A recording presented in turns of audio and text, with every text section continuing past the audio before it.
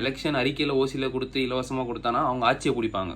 இங்கே நான் ஓசியில் ஏதாவது கொடுத்தேன்னா கடையை முட்டு வீட்டுக்கு தான் போவேன். அதனால் ஒரு எலெக்ஷன் ஆஃபர்னு ஒன்று நேற்று அறிவிச்சிட்டாங்க. இந்த மந்த் எண்டுக்குள்ளே போட்டுருவேன் 5 நாளுன்ட்டு. அதை யோசிச்சு மண்டை வெடியுதுங்க. என்ன ஆஃபர் போடலாம், எப்படி போடலாம், என்ன ரேட்டில் கொடுக்கலாம், எவ்வளோ பர்சன்டேஜ் தரலாம், இல்லை பை ஒன்னா அந்த மாதிரி எதாவது கொடுக்கலான்ட்டு. ஆனால் எதை யோசித்தாலுமே மைண்ட் வந்து எலெக்ஷன்னும் போது எல்லாரும் அறிவிப்பாங்க தெரியுமா, இதை இலவசமாக தரேன், இதை இலவசமாக தரேன், இதை இலவசமாக தரேன், அதை கொடுத்துட்ட பேருக்கு ஓசின்னு வாங்கல. அந்த மாதிரி தான் மைண்டில் வந்து இது ஓசியில் கொடுக்கணுமா ஓசியில் கொடுக்கணுமான்ட்டு. எலெக்ஷன் அறிக்கையில் ஓசியில் கொடுத்து இலவசமாக கொடுத்தானா அவங்க ஆட்சியை பிடிப்பாங்க.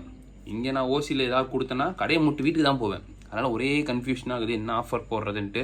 ஸோ ஏதாவது ஆஃபரோட ஐடியா எதாவது இருந்தால் சொல்லுங்கள். அதே ஆஃபரை நானே போட்டு தரேன். உங்களுக்கும் பெஸ்ட்டாக பண்ணித்தரேன். எனக்கும் கொஞ்சம் பெஸ்ட்டாக ஒரு ஆஃபர் சொல்லுங்கள். அந்த ஆஃபர் யார் கரெக்டாக சொல்கிறீங்களோ அதே ஆஃபரை நான் போட்டேன்னா அந்த ஒரு கஸ்டமருக்கு நான் அதை ஃப்ரீயாகவே கொடுத்துட்றேன். உங்கள் ஐடியா கூட நான் மென்ஷன் பண்ணி நீங்கள் சொன்ன ஆஃபர் தான் நான் போடுறேன்னு சொல்லி ஓப்பனாக போட்டு தரேன். எனக்கு ஒரு ஐடியா, பெஸ்ட் ஐடியாவை கொடுங்க. ஏன்னா கொஞ்சம் சீக்கிரமாக ஸ்டார்ட் பண்ணலான்னு நினைக்கிறேன் ஆஃபரை.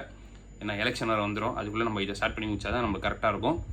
ஸோ ஓசின்னு சொல்லாமல் ஃப்ரீயாக கொடுன்னு சொல்லாமல் ப்ரோ ஏதாவது கொஞ்சம் கரெக்டாக சொன்னீங்கன்னா நல்லாயிருக்கும். அப்போ தான் வர ஆட்சியும் நல்லாயிருக்கும், ஆஃபரும் நல்லாயிருக்கும்னு நான் விரும்புகிறேன். தேங்க்யூ.